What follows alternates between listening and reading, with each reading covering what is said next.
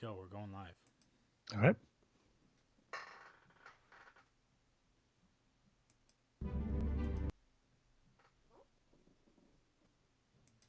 You're listening to ThunderQuack Podcast Network.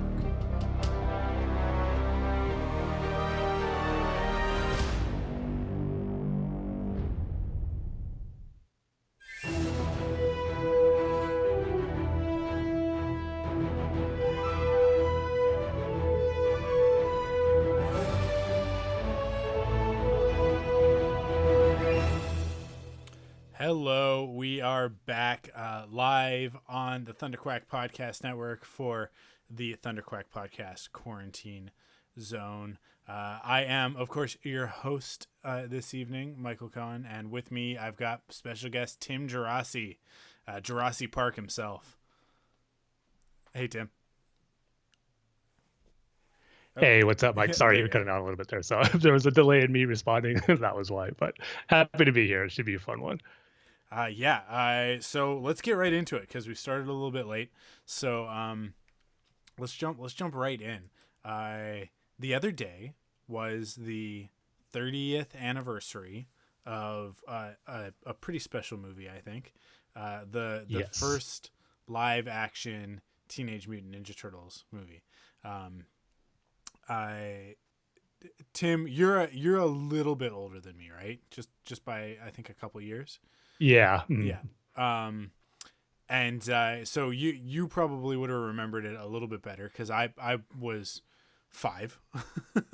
I definitely remember it. I remember seeing it in the theater, but you've probably got a clearer memory of that moment than I do. Can you kind of recount that for us? What was it like seeing that movie in the theater for the very first time?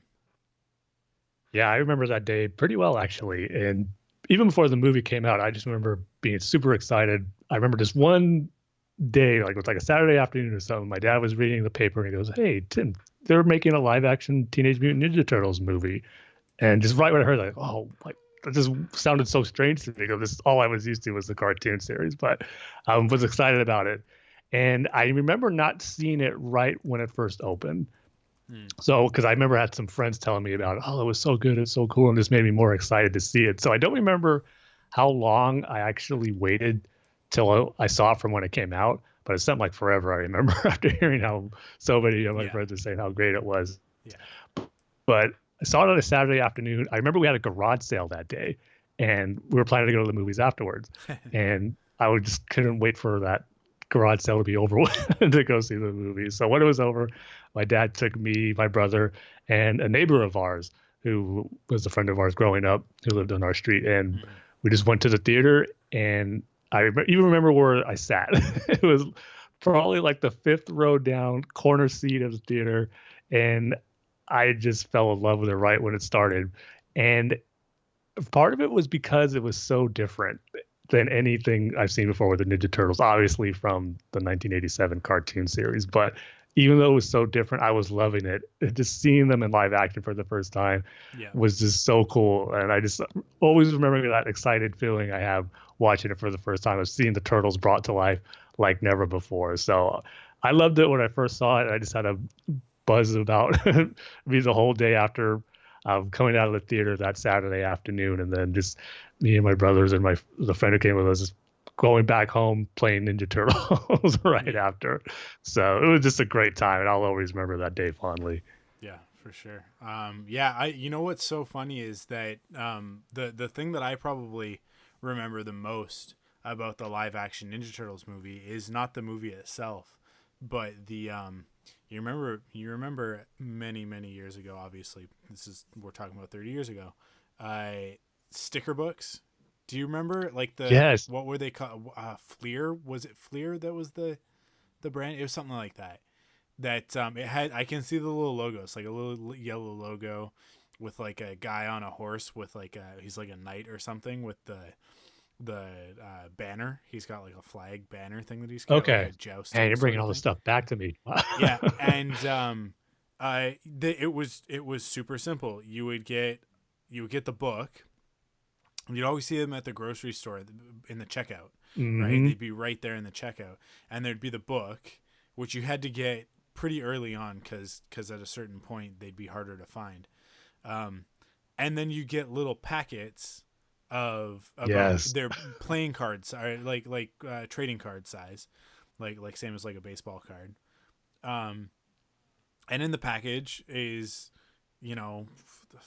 5 or 6, I can't remember how many, stickers, which are screenshots basically from the movie, and a piece of gum that is just gonna cut the insides of your mouth up. Break your teeth. Crack into that thing, and it's gonna take a while before that's chewable chewing gum. And by the time it is, the flavor's totally gone. But who cares about the gum? Toss the gum, throw it on the ground, watch it shatter into 1,000 pieces. It doesn't matter, because that's not what you're after. What you're after are the stickers, and you get the stickers. And inside the book would be, sometimes there'd be like a black and white version of the image, or sometimes it would just be numbered. Like I remember with the Ghostbusters one that I had, I think that they were just numbered. But with the Ninja Turtles one, I think it was like black and white, and then maybe I might be thinking about the actual trading cards that are like black and white on the back and then color on the front. But there's a place for every one of the stickers, but you don't know what stickers you're going to get in these packs, right? So you open it up and you're like, okay, got that one, need it, sort of thing. And then you could theoretically trade with your friends, but I don't really know anybody who did that. We would just put the stickers in the sticker book, and then whatever doubles we had would just go on other stuff. Go on a binder. Exactly. On a lunch kit or the side of the dresser, and then my mom would yell at me for sticking stickers on the dresser. And it's like, well, you're the one who left me unattended with stickers. So it's kind of on you. But I can like see them with like the green border and just like the horrible resolution screen caps from the movie. And like the Raph in the bathtub is one that just jumps to mind immediately. But man, like I said, I was 5. How old were you at the time? I was 7. You were 7, yeah. So what a difference between 5 and 7, by the way. Like it's you may as well. It's the difference between 7 and 30. But I don't remember a time without Ninja Turtles, right? That's just always been. Ninja Turtles have just always existed, as far as I'm concerned. And obviously, being born in 1985, the cartoons starting around then,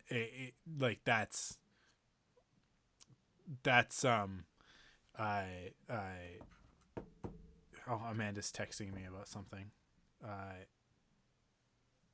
I'll get back to her. This is what happens when you're doing a live show. Yeah, like there's just no world for me that doesn't have the Ninja Turtles and the Ghostbusters in it. Those are two things that just are kind of indelibly written into my memory. And I can't say that I was excited for it when it came out, because to me it was just like, yeah, it's a Ninja Turtles movie. Like, they made the Ninja Turtles movie. I can remember the second one coming out, and then especially the third one, and being really excited for the third one. And you know what? I'm gonna go ahead and say it right now. The third Ninja Turtles movie, good movie. Nothing wrong with that movie. It's been cheesy. A while since I've seen that one. I should probably revisit it. It's certainly not historically accurate. Like, let's be super clear. Don't use it as a teaching tool, but but I still love it. I still love traveling back in time to ancient Japan and feudal Japan, I should say. But yeah, go ahead. I think my biggest gripes about the third movie that I remember, just the downgrade of the costumes from the first one, is just how they didn't use Jim Henson anymore, and you could just tell that they just weren't up to par from what we got in the first two movies. They just stand out so much to me as far as looking so much cheaper. But I should revisit that one at some point. I know it has a bad reputation, but as a diehard Ninja Turtles fans, I think there's some easily can find some stuff to love in that third movie. Yeah, for sure. Um, yeah, I mean, like the turtles in the samurai outfits alone, like that's like when they're in like the guard Mm-hmm. the guard outfits. It's like that's worth it all on its own. But I can understand now as an adult why some people look at that movie and think of it in a weird way, because and the second movie, because the first movie is so perfect.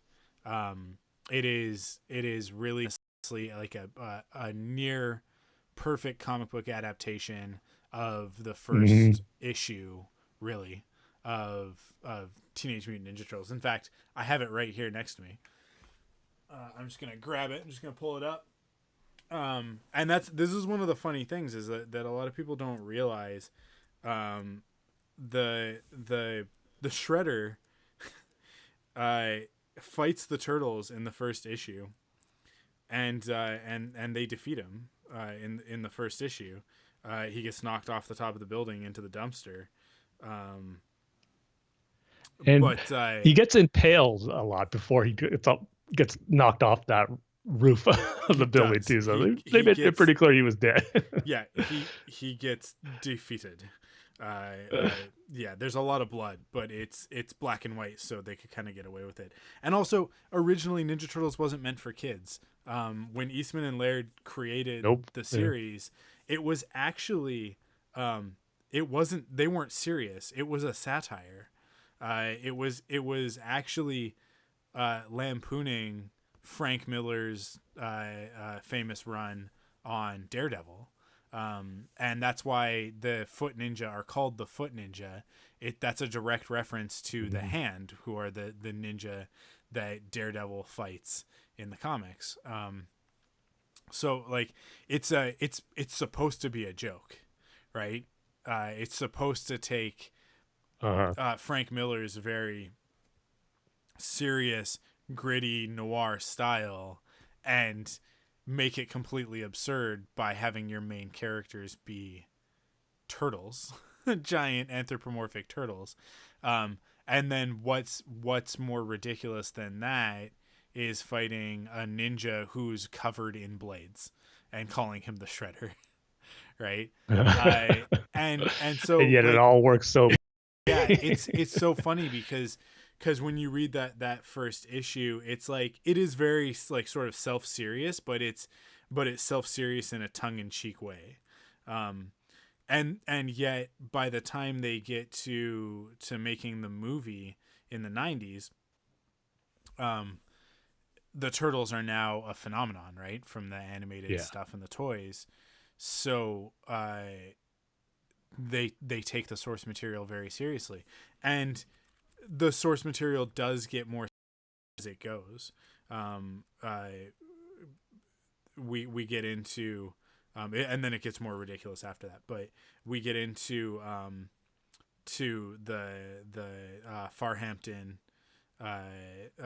storyline. Is it Farhampton? Northampton, I believe.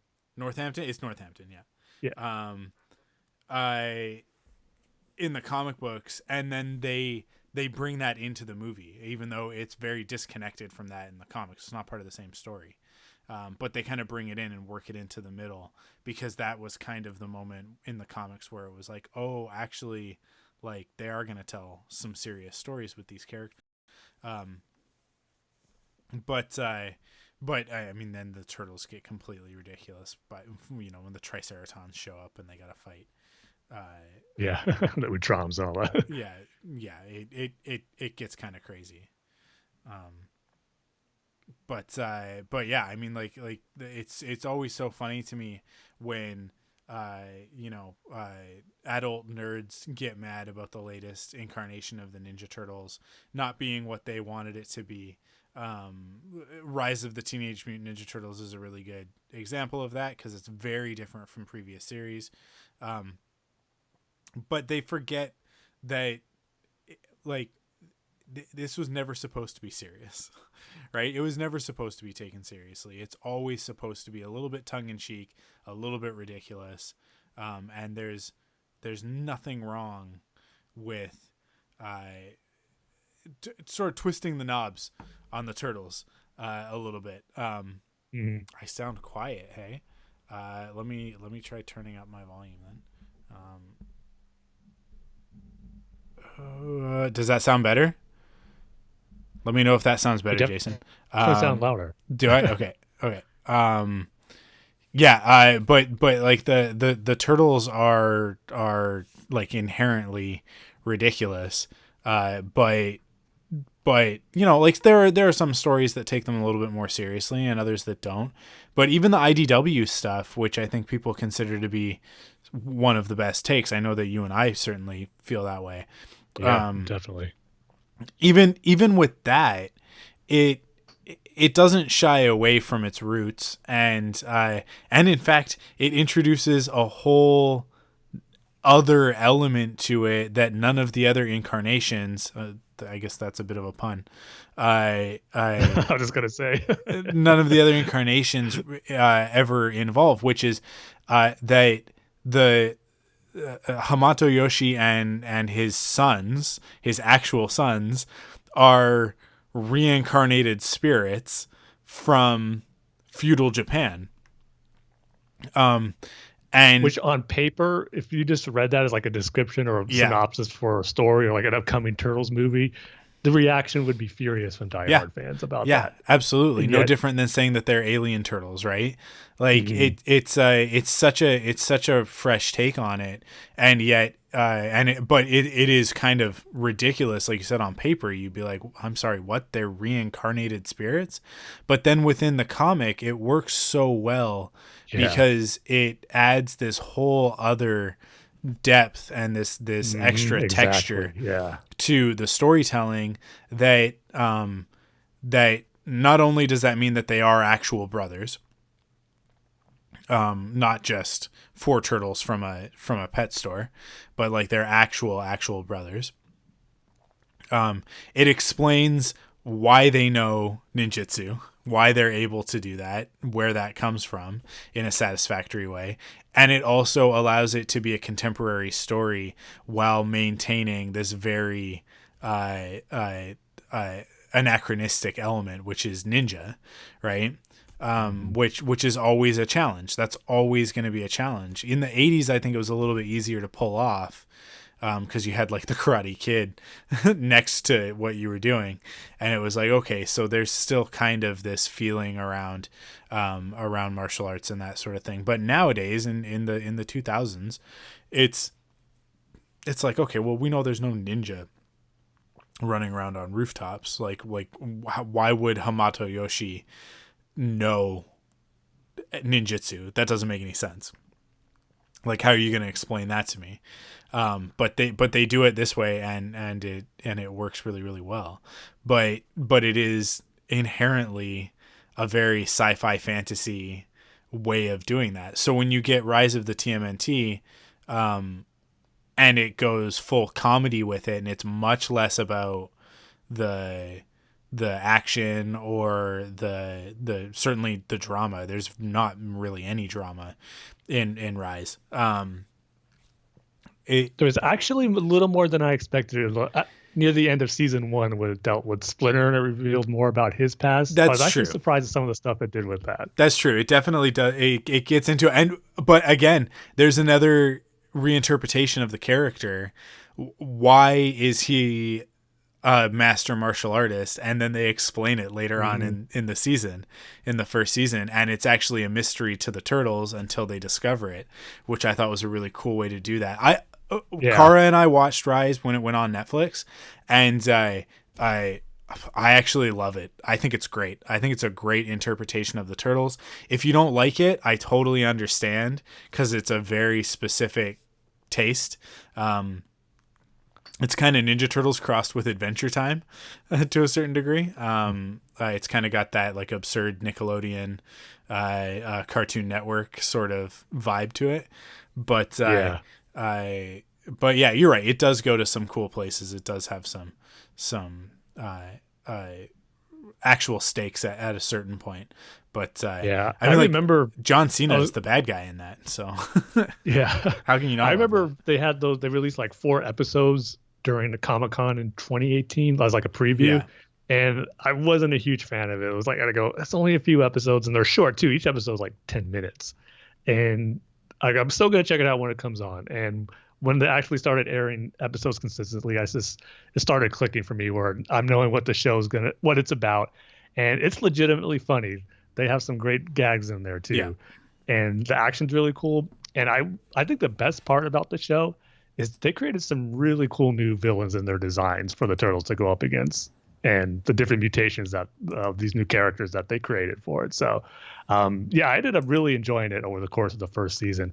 I haven't seen the second season at all because like DirecTV screwed up something with their Nickelodeon channels where it's not airing on. I'm not getting one of the channels where it's airing. It used to be on regular Nickelodeon, but then I think it's switched. So I have to try to track it down. But you're saying it's on Netflix for where you're at?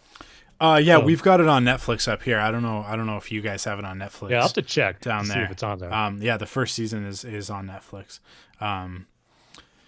But yeah, I don't know. So we got into a whole thing about the Ninja Turtles on Twitter the other day, talking about our favorite turtles. So yours is Leonardo, Yes. and I'd like you to explain yourself. I know. I always hear that. How can Leonardo be everyone's favorite turtle? He's the boring one. But I don't know. I just find myself relating to him more because he doesn't have that specific thing quality that Raph is, the tough, grumpy one. Michelangelo's the party dude. Donatello's the smart one. And Leonardo is the leader. That is his thing. But yet, I like how he's kind of the balance of all that stuff. He does have moments where he shows where he has brains and he can show his angry side too, and to have some fun. Maybe not much as a party goer like Michelangelo, but I think he's a good balance of all those qualities. But yet, what I really like about him is that, and this goes into particular to the 2012 series, which is my favorite, and I think the characterization of Leo is just how he became the leader of the group. And the journey and the arc that he went on to how he really took on that role, where at first, in that first episode, Splinter is letting them go out on their first night on patrol, and he doesn't really pick a leader. Leonardo goes, "Can I be the leader?" And he just goes, "Sure." But it later gets revealed that Splinter really wanted Leonardo anyway, just kind of wanted him to take that opportunity for himself. But just the way he shows his frustration with the other turtles not listening to him, kind of undermining his leadership, and just dealing with all that. And then also just over the course of the season, what he has to go through and becoming that leader by the time the series is over. I think just a great arc for the character for him to go on. And plus he shows his nerdy side in that series too. I just loved how he's obsessed with that sci-fi TV show that's supposed to be a ripoff on the original Star Trek series. He's just such a fanboy over it. I love that. And he wears my favorite colored bandana and has the best weapons. So you just throw all those aspects into it. That's why he's always been my favorite turtle. And will be. And different incarnations, obviously, he varies on some of his personality traits, but that consistency is always there with the character. Well, Rise definitely has the biggest change for him, without a doubt. First off, him not being the leader, but for the most part, every single incarnation has that aspect of Leo that I really do like about the character. So, yeah, first I was just drawn to him because he was the turtle who wore my favorite color bandana, which was blue. Yeah. But over the course of becoming a diehard turtle fan and reading and not all the comics, but a good portion of them at the time, and then just watching everything that came out, I just really come to appreciate him as a character in his own right, instead of just being a little kid liking the color blue. So. That's so funny because when I was a kid, Donatello was my favorite, and that combined with Darkwing Duck are the reasons why purple is my favorite color. Which I don't know if you guys know how much I like Darkwing Duck. It's kind of a secret. It's certainly not what we named the podcast network after. But yeah. But yeah, I so as a kid it was always Donatello for me. And I think that had to do with like the tech part of it, but then also the bow staff. Like it was, I don't know why, I just always thought the bow staff was a cool weapon. as much as like, look, they all have cool weapons. Everybody has cool weapons in it. But I think actually one of the reasons why Donatello became my favorite, it's so hard to pinpoint because, like I said, like I just grew up with turtles. Like it was just always part of my life. And you would think that from a young age, Michelangelo would be my favorite because my name is Mike. But I don't know. I think that might have also like kind of turned me off of it because people expected him to be my favorite. But I don't know. I was a very talkative, very precocious kid, as you can probably imagine. And so I think that there was a lot in common with Donatello, but it was really the Donatello from the movies, voiced by Corey Feldman, that particularly This is the first and the third one. I like that. That's that characterization. I don't know why, but I think I just like kind of connected with it. But honestly, it is at this point in time in my life, it's a two-way tie between Michelangelo and Donatello. But I do tend to lean more into the Mikey stuff now, as an adult because because the 2K12 Michelangelo was perfection. Greg Sipes just crushes it as Michelangelo, and the way that they write him, and that response that I made on the thread, because it was yes. you started it, and then I came in and made a comment, I think, and then Marty came in and was talking, and I started basically antagonizing him. And he was like, because he said that his favorite was Raph, which I think is a lame answer. And he, Mike Templeton just commented, I honestly prefer Adam Carl from TMNT2 over Corey Feldman. I don't disagree with you. I would say that Donnie in Secret of the Ooze is actually probably the best one. And probably, I think for my money, the best incarnation of Donatello. But that's also one of the movies or one of the stories where he really, really gets to shine, where that character gets a lot of the sort of, he does the lion's share of the work. Everybody else kind of fights, right? But I think the first TMNT is kind of Leo and Raph's movie, and then TMNT 2 is Donatello's, and then 3 is definitely Michelangelo's movie. Man, what was I saying before? We were going back and forth, and Marty did the here's my top my ranking, and he ranked all 4 turtles, and so I was like, here's my turtle ranking list, and I listed Ninja Turtles, and then I started just listing other types of turtles. I remember you had the Sonic movie ahead. Yeah, Franklin and Filbert were in there. Franklin, obviously the turtle from the children's books, and then Filbert is a character from Rocko's Modern Life. And then I did put in like the turtle that turtle from the Sonic the Hedgehog movie. Just so that I could mention Sonic movie in the thread about Ninja Turtles, and then an actual turtle, and then I think it was Raph all the way at the bottom for me. But honestly, I was just trolling. But the GIF was perfect though. But the GIF is like that was, and that's what I was talking about Michelangelo in the 2K12 series. The GIF, like when I started searching through, because I put into the GIF search Michelangelo, and was just kind of scrolling through, and I think the easy one to go with is that one of the the movie mask where it's like it's just kind of like vibrating almost. Yeah, like the eyes are really wide. Yeah. And like that's the easy answer. That's the hack response for a GIF, but I kept scrolling and scrolling, and then I saw that of Michelangelo with like the aviator sunglasses, like cop sunglasses, right? And the flames just burning in them, and he's just like totally stoic looking. And I was like, this is the perfect punctuation to this tweet. As I just give Marty a hard time.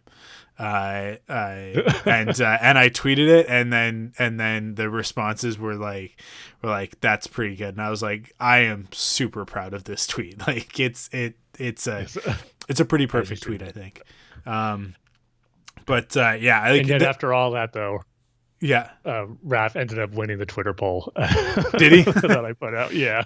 But here's my thing with that, and this is the reason why I have the response to Raphael that I do. I think it's easy. I think it's easy to like Raph the most. Honestly, I think like you've picked the hardest path for sure. And then I think Donnie and Mike are in the middle there, and kind of interchangeable. A lot of nerdy kids end up liking Donatello for obvious reasons. And then Michelangelo's the fun one, right? But Raph is easy because Raph is the tough guy. He's cool but rude. It says it right there in the theme song. And those are things that as kids, I think that we aspire to. We want to be able to get away with behaving the way that Raphael does, right? And he's the hothead, and he's he kind of goes off half cocked, and he's always the first to fight, stuff like that. Which and then he's like the dark brooding one, where he goes up on the roof to do his katas and then gets attacked by the foot soldiers. It's all like. I used the analogy in that conversation on Twitter of Batman, and it's the same reason why when people say that Batman's their favorite superhero, I just kind of roll my eyes, because I think like Batman's super easy. It's just like full disclaimer though, that's always is my response for superheroes. No, I totally know who I'm talking to on this. But here's the thing, like I know that when you talk about it, you are a hardcore Batman fan. Like you go deep with it, and that's different. I'm not talking about people who like they study Batman. Like I love Batman. I think Batman's a great character when done right, but I think that there are a lot of really lazy, a lot of really sloppy interpretations of Batman. Sure. And a lot of them come from people who don't want to do that extra work. Or don't really have a full understanding of that character. And in the same way, Raz has some great storylines. Obviously, that the original 1990 film, his story is central to it, and it's fantastic. And then again, when we pick that back up in TMNT from 2003, no, 2007, 2007. Yeah. 2003 was the other Turtles series, right? Yeah. The 4Kids series. But yeah, the 2007 movie TMNT picks up that thread from the first movie. 'Cause for those who don't know, TMNT is a continuation of 1, 2, and 3, and it includes the continuity includes all three of those films. And then TMNT. And the reason why we know that is that in the 2007 movie, there's a scene in Splinter's room where it kind of pans over a bunch of stuff, and we see the scepter. We see the time scepter in the background, which is obviously just a bit of an Easter egg for hardcore fans. But there are also some other things in the story where they kind of establish that although the characters are somewhat reinterpreted, in the same way that 1 and 2 and 1 to 2 and then 2 to 3, like April's different in every single one of those movies. So it's like it maintains the continuity as much as anything maintains the continuity in that series of films. But I think for me the main thing that connects the 1991 with the 2007 one is the relationship between Leo and Raph. And So I good, love man. the 2007 movie because Yep. it's one of the only stories that, and the IDW one's kind of getting there now, but it ages up the Turtles a little bit. They're not quite. I think that the popular perception of them is that they're kind of in like that 15, 16 sort of range. But then in the TMNT movie, it really feels like Leo is like 20 in that movie. Like he's actually not a teenager anymore. And you kind of like the IDW comic makes you think of it this way, because if you look at it, you've got Leo is the oldest, Raph is the second oldest, Donatello comes after that, and then Mikey is the youngest. And if you look at them that way, which I think the really good versions of the Turtles definitely do that. You see where they fall sort of in the pecking order, and why Raph has the axe to grind with Leo, and why Donatello kind of just stays out of it and just kind of protects Michelangelo down at the bottom, and then Mikey is still just a kid. So if you kind of look at it that way, and it's like Leo is like 20, Raph is like 18 or 19, Donatello is like 17, and then Michelangelo is probably like 15 years old in that movie, right? And you kind of get that vibe from them. And it really works that way. But that relationship between those two characters, and obviously the rooftop fight, is one of the best moments in Turtles history, right? Oh, like yeah. that fight. I don't have that movie on Blu-ray, and I don't think that it's on any of the streaming platforms that I have.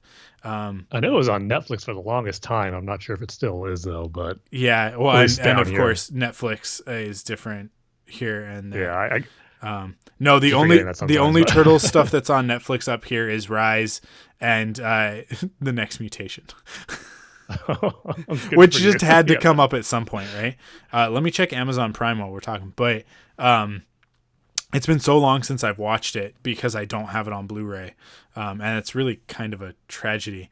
But I can't bring myself to buy. I have the live action movies on Blu-ray. Maybe I do have the animated one on Blu-ray. Is it part of that set?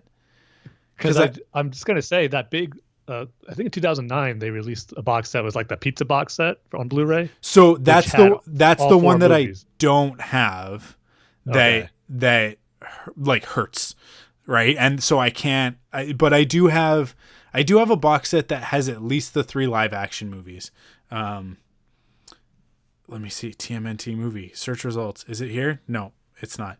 But it looks like all the seasons of the 2K12 series are on Amazon Prime. Season 2 of.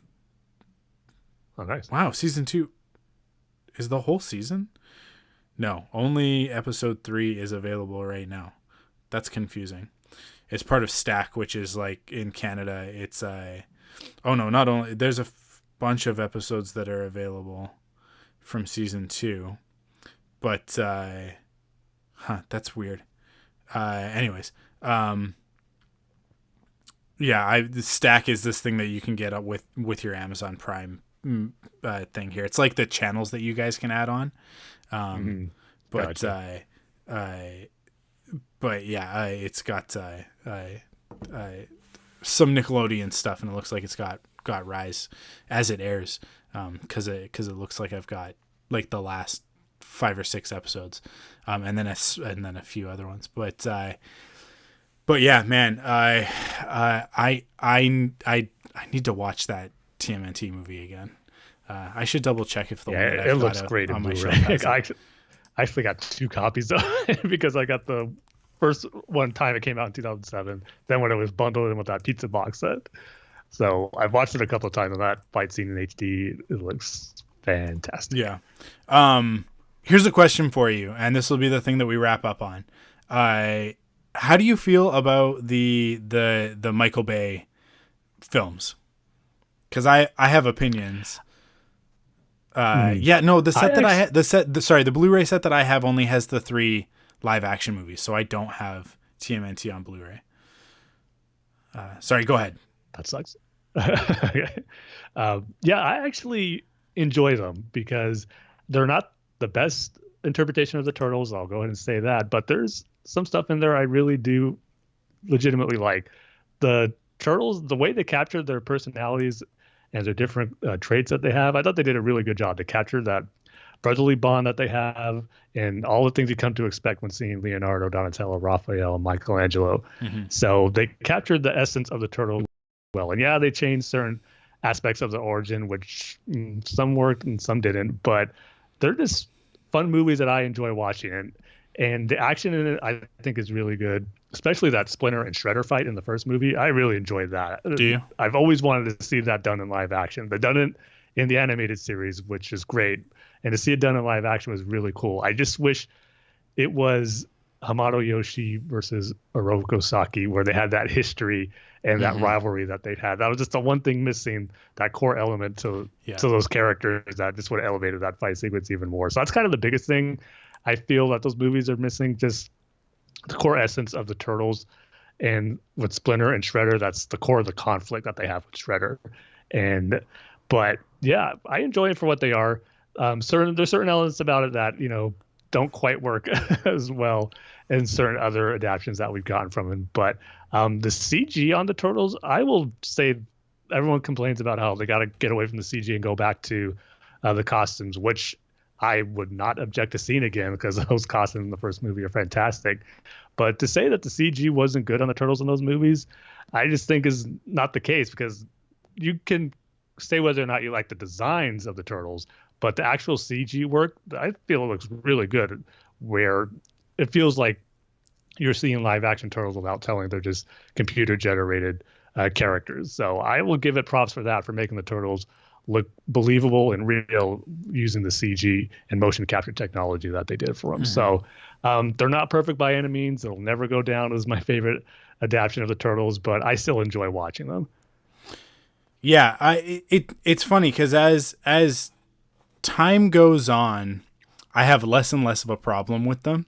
And here's the thing: the first one I think is a very problematic film. I think the initial whitewashing of the character of Shredder was an issue. It's an issue that obviously tell they changed the last minute. Yeah, they fixed it right before they released the movie, but not good enough in my opinion, because it's like you said, it's very noticeable. It's very, very noticeable that it was a last second like reshoot type of thing to go like, actually it's a Japanese guy inside the armor. It's not. I can't remember that actor's name, but you guys all know who I'm talking about. It's his name for the movie, Eric Sachs. Yeah, there you go. So like there are some lazy screenwriting things in that first movie that really bother me. There is the whitewashing of the Shredder and Splinter that bothers me, because Splinter also is not. I don't understand why you wouldn't get an Asian. Yeah, William Fichtner. Thank you, Mike. I don't know why you wouldn't get an Asian or Asian American actor to play Splinter in any incarnation of the Ninja Turtles at this point. I kind of feel like you have to. And like, don't get me wrong, Tony Shalhoub is great. I love Tony Shalhoub in other stuff. I don't like him as Splinter. I don't like that interpretation of Splinter at all. I don't like that they learned ninjutsu from a book. Yeah, like that's the biggest. it just doesn't work for me. Like it's just like when I talk about Ghostbusters and we get into the 2016 movie conversation, and it's about like, there are rules to the Ghostbusters, right? You don't destroy the ghosts. You're catching the ghosts and containing them. And it's really important for the kind of core essence of it, because it's not like it's not about fighting the ghosts, right? It's about it's about having some power over the supernatural. It's about being able, like I said, capture and contain. So as bad as a ghost can be, as scary as it can be, like science and technology is going to triumph over that, right? And just like we can treat it like any other pest that we need to deal with. There's a really cool element to that when you get rid of that in the 2016 movie, and they're just walking around with laser guns that shoot ghosts. Sure, it looks cool, and those sequences are somewhat fun, but there's a magic that's missing in that movie that it just doesn't work for me. And it's kind of the same with the Turtles, when like that, you have to have that element of it that grounds it into reality, because so much of the rest of it is ridiculous. The Ghostbusters are exterminators. We understand that as a concept, as a grounded real world concept. So when they capture the ghost in a trap and then they put it into the containment unit, we get it. It's like catching a rat in a trap and then releasing it somewhere else, right? Like you're getting rid of the problem, but you're not killing it, right? And that's all like super relatable, that they're exterminators. With the Turtles, there are very few touch points in the story that are relatable, because you're talking about anthropomorphic turtles, a giant talking rat, and one of the touch points that actually grounds that storytelling is the ninja element, oddly enough, because that's one of those things where it's like, well, I've seen a kung fu movie. I've seen a movie about ninjas. I know what ninjas are, right? So then when you throw the giant talking turtles and the giant talking rat on top of that, it's like, okay, but as long as they follow the ninja tropes, we're clear, because it's like, that's the weird thing. The ninja part's not the weird thing. Mm-hmm. But the second that you make the ninja part hard to follow, like hard to believe, it's the foundation that the House of Cards is built on, and it just crumbles. It just can't stand. The second movie, we get away from it. It doesn't matter. We don't have to go into like, oh, they learn ninjutsu from a book. So you can just forget that. The second movie, I think, like very smartly brings in Bebop and Rocksteady, and they're the focus. And like their origin story is key to that world building. And we don't care about how the turtles learn ninjutsu. It doesn't matter. They also like sort of decluttered their designs a bit. And I do think that they leaned into the characterizations even more in the 2016 one in Out of the Shadows. And most importantly, they put a heart into the story. The Halloween parade scene establishes such a great aspect of Michelangelo's character in those films, where like he just wants to be normal. He just wants to be accepted. So when they find the mutagen and Donatello starts working on the it's not a retro mutagen, because it's not going to turn them back into regular turtles, but the mutagen that's going to actually turn them into humans, it creates this great inner conflict amongst the four brothers, where you've got Leo and Donatello, who are like, Donnie's like, this is dangerous. We don't know if this will last forever. We shouldn't mess with this science. I can figure it out, but I don't know if it's safe. Right. And Leo is like, no, we are what we are, and we shouldn't fight that. We need to, if we're not the Ninja Turtles, who's going to stop the Shredder? Who's going to stop Bebop and Rocksteady? Who's going to stop Krang? All that stuff. Right. But then you've got Raph, who's like, I just want to be, I just don't want to be hated anymore, right? Like, I don't want people to be afraid of us. And then Michelangelo, who's like, I just want to be accepted. I just want to be able to go up there and where all of this cool stuff is, and be able to just like be there. And it goes through the whole movie, and then we get to the end, and it's why the movie is titled Out of the Shadows. By the end of it, the Ninja Turtles are heroes, and everybody now knows that they're heroes, and it's not like it, I love what they did with that story to the point that the stuff that I hated from the first movie just melts away. It totally just melts away 5 minutes into the movie when they start that sequence of like jumping down the building or whatever. It's just gone.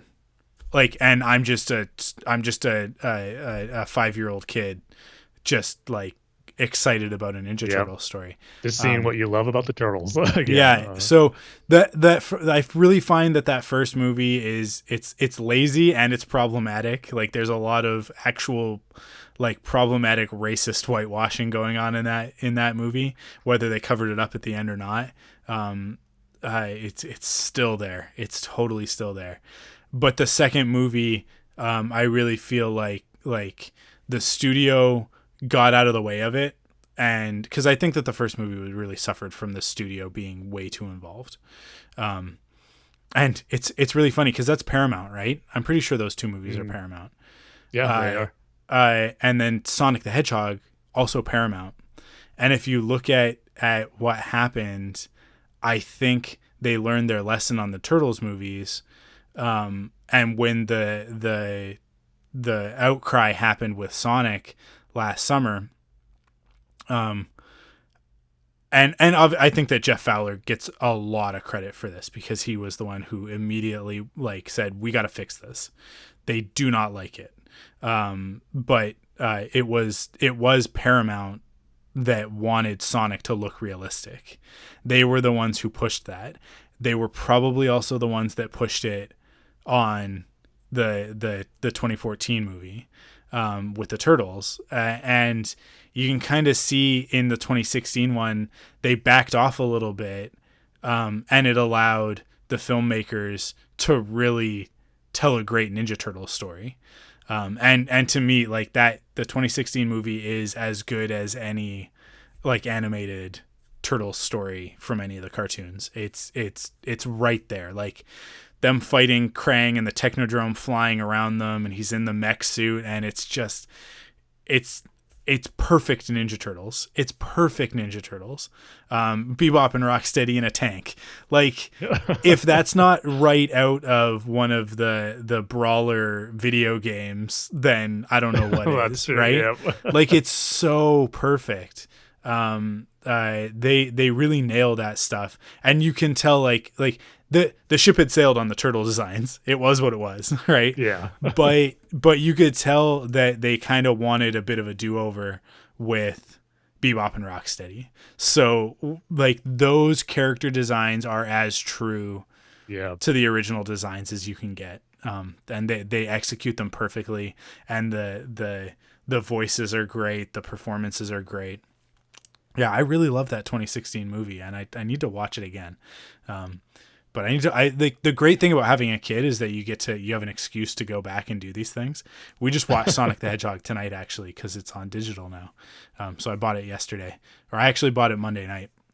But we watched it tonight finally. And we saw it in the theater. Cara and I saw it in the theater, but Crystal hadn't seen it yet. And Cassie, even though she's only 8 months old, almost 8 months old, It's never too early to start. It's never too early to start. Stuff, exactly. Yeah. But Cara is obsessed with Sonic the Hedgehog right now because of that movie. We watched it again tonight, and it kind of all came back.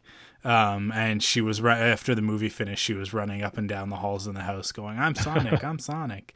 And she had her purse on, which has like a sort of a thin braided rope, and then it's a rainbow actually, but like the purse itself on this gold rope.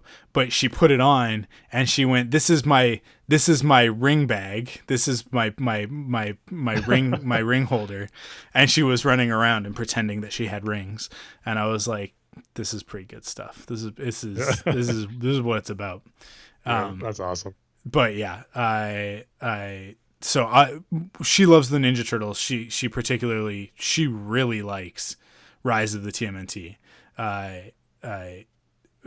but I've yet to watch these live action ones with her, and maybe we'll give it a go. I'm sure that they're on one of these streaming platforms that I've got access to. They must be. I think they were on Netflix at some point, but now they're not anymore. But they were on Amazon for the longest time too, really? So they might still be on there. Yeah. Yeah, I'll have to check that out. But yeah, I think that's it, man. I think we've talked about Ninja Turtles so much tonight, and that makes me really happy. Because obviously, Ninja Turtles. We don't get to talk about them enough. Yes. Yeah. Well, we don't have a podcast specifically about them, right? But yeah, this is one of the good things about the whole quarantine COVID-19 thing is that I'm taking this opportunity to connect with all of my friends on these live streams and talk about stuff, and just start about Turtles on Twitter the other day just made me think like that's what we should talk about tonight, because we never get to talk about Ninja Turtles. Yeah, so thank you, Tim, for joining me tonight. If you guys like Tim, you should go listen to any of his other podcasts. Star Wars: The Saga Continues, which is part of ThunderQuack, and I'll even say go listen to what is it? It's the Batman podcast, Batman Fans Podcast. The Bat Fans Podcast. Bat Fans Podcast. We're going to be recording a new episode this weekend, and I have a funny feeling we're going to be talking some more Turtles on there. So. Ooh, nice. Just throwing it out. Hey, so I've watched the first Batman TMNT animated movie. Are they making another one? Because they've done.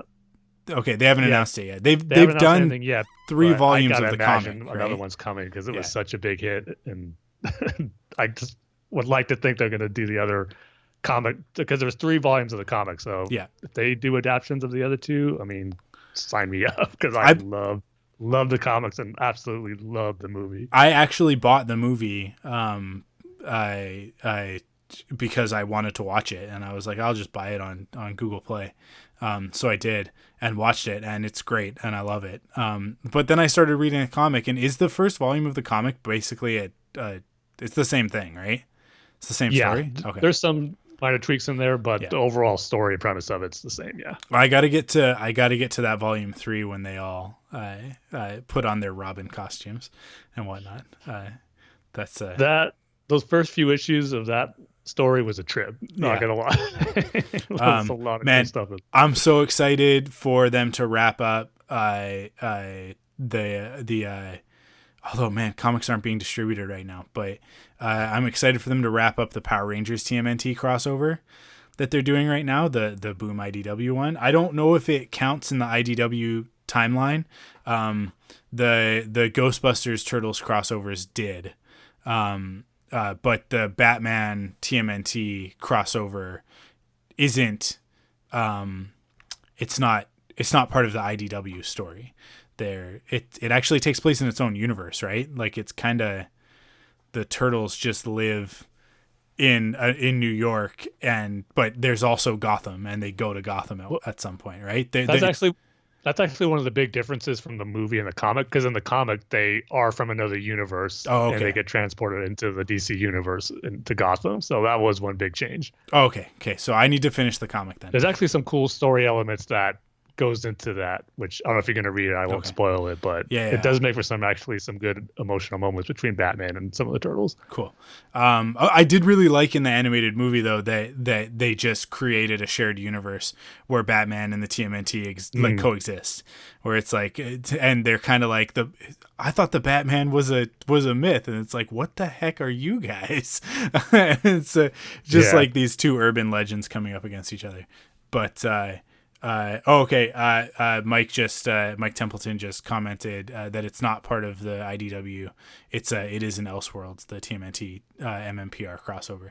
But I don't care if it's out of the continuity. Like, in fact, let's just create a continuity that is just TMNT MMPR. Let's just keep going with that more, because the images from the final issue where the turtles use the power coins to morph. Man, that's about as cool as it gets for a 90s Yeah. kid. I mean, I haven't read those issues yet. I'm gonna for now just wait till the last one comes out, and so I can just read it all straight through in one sitting. But I have seen some of the art that's come out for it, and it does look super cool. So I may just start reading on those. Yeah. Anyways, I was wrapping it up. It's so hard to stop talking about the Ninja Turtles. Thank you, Tim, for coming on. Thanks for asking me. Thank you to Jason and Mike for tuning in. Thank you, Jason, for being one of our Patreon producers. We appreciate you. That's it for the live stream tonight. I will be back on Friday night with Carl Leclerc from the Wampa's Lair. Look, he bailed on me on an episode of Faster, More Intense to talk about The Mandalorian. But he's not. We will not let him bail this time. So I want you guys to hold Carl accountable. And make sure that he comes on Friday for the live stream. It's going to be late for him though, because he is 3 hours ahead. But maybe we'll start a little bit earlier. I don't know. I got to talk that over with Crystal first. But we'll be back Friday night, sometime between 7:30 and 8:30 Pacific Standard Time, and streaming, of course, on YouTube. But then on podcast services the next day. So thank you, Tim, again, for joining me. Thank you, everybody, for listening. And I will catch you guys on the next Quarantine Zone. See you next time, everybody.